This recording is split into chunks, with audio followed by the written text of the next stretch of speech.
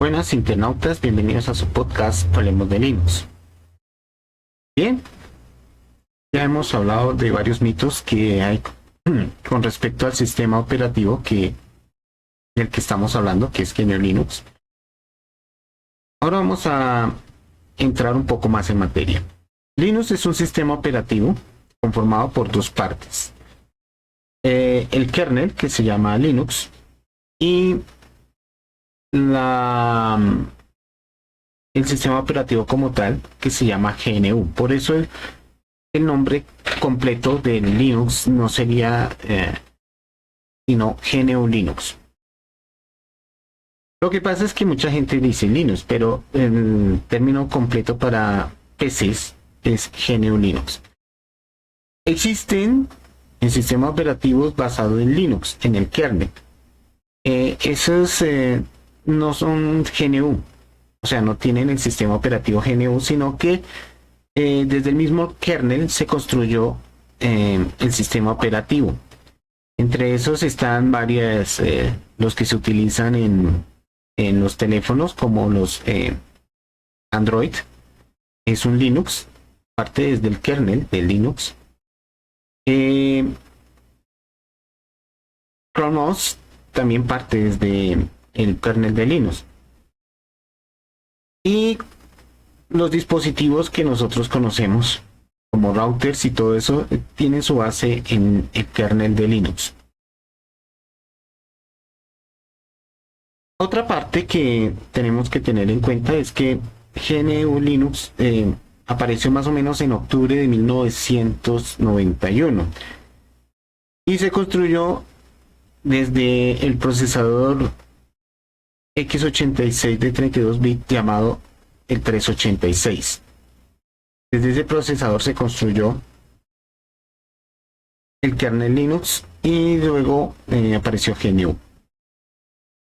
Hoy en día el kernel siempre ha avanzado harto, siempre ha avanzado suficiente y podemos trabajar con él. Ahora ustedes dirán, bueno, acabo de decir que existen sistemas operativos construidos desde el mismo kernel y los que nosotros usamos en nuestros PC tienen el sistema GNU Linux. Sí, sí se puede. Lo que pasa es que para poder yo programar, digámoslo así, el kernel, tengo que tenerle acceso al código fuente.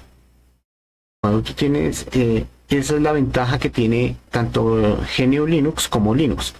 Que tú puedes investigar el código fuente, mirar cómo se programa, cómo se hacen las cosas y partir desde ese punto hacia arriba. Entonces, debido a eso, pues entonces tú puedes construir tu sistema operativo desde el mismo núcleo del sistema llamado Linux. Pero te toca investigar el código fuente, analizarlo, estudiarlo y aprenderlo a programar. Ya cuando tú lo aprendes a programar, ya puedes partir desde el kernel que te entrega todo lo configurado. Desde ahí ya puedes empezar a construir tu sistema operativo. Pero si tú no quieres eso, sino que quieres un poquito más de facilidad, entonces tú partes desde GNU Linux y desde ahí puedes también hacer tu sistema operativo. Otra cosa que podemos notar dentro del sistema GNU es que en GNU Linux es que existen, digámoslo así, existen sistemas operativos o distros básicos. ¿Qué es una distro? Cuando yo hablo de distro, hablo de distribuciones de Linux, de GNU Linux. Entonces, una distribución es un sistema operativo completo que está conformado de varios módulos que en su conjunto forman lo que ustedes están viendo, lo que ustedes ven en pantalla cuando prenden el computador con GNU Linux. Entonces, desde ese punto de vista, podemos trabajar el computador. Ahora bien, resulta que Linux entra primero, se configura todo el hardware, lo deja listo para trabajar y después te entra el sistema operativo ya utilizando el hardware que tiene tu computadora. Entonces, todos estos tienen ambos, tanto el kernel como el sistema operativo GNU, tienen su código fuente libre. O sea que tú puedes investigar el código fuente y a partir de ahí. Ahora bien, existen esas distros llamadas distro base. Esas distro base son personas que iniciaron este tema de GNU Linux hace mucho tiempo. Son un grupo de personas que iniciaron GNU Linux hace mucho tiempo y que hoy en día todavía existen.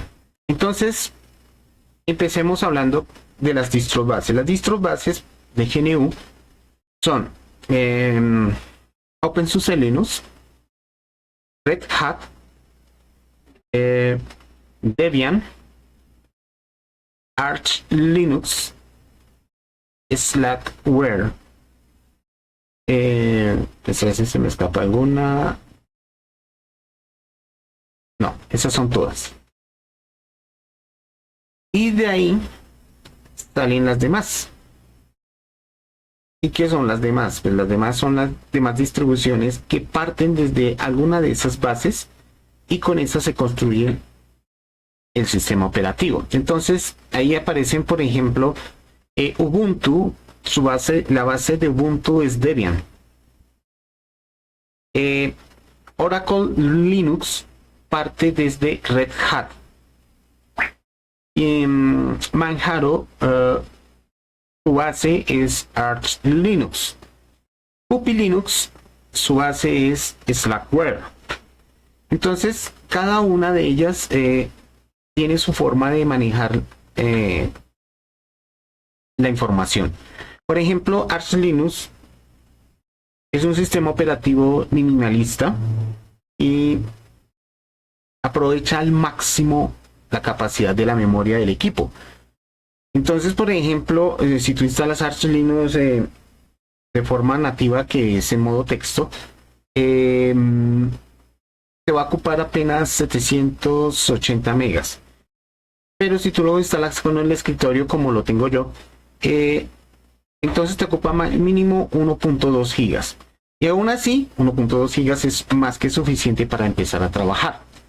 ¿Por qué? Porque hoy en día los computadores van de 8, 16, 32 o 64 gigas o más.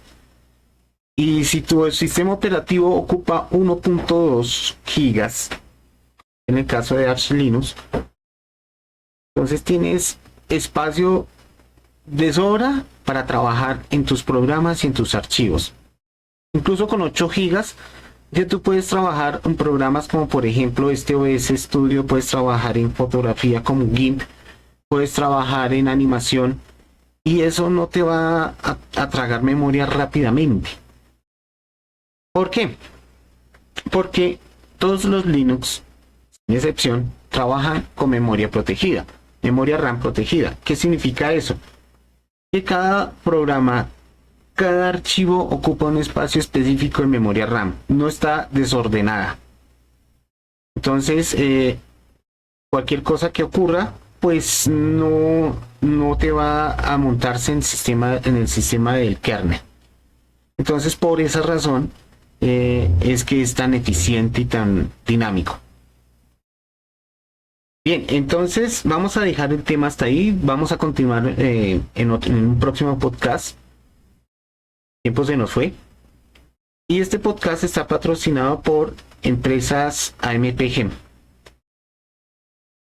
Ensamblamos, hacemos mantenimiento preventivo y correctivo de sus computadores. Para más información, comunícate al teléfono 316-295-1111 en la ciudad de Bogotá, Colombia. Que tengan y pasen un espléndido, magnífico y estupendo día. Que la pasen bien.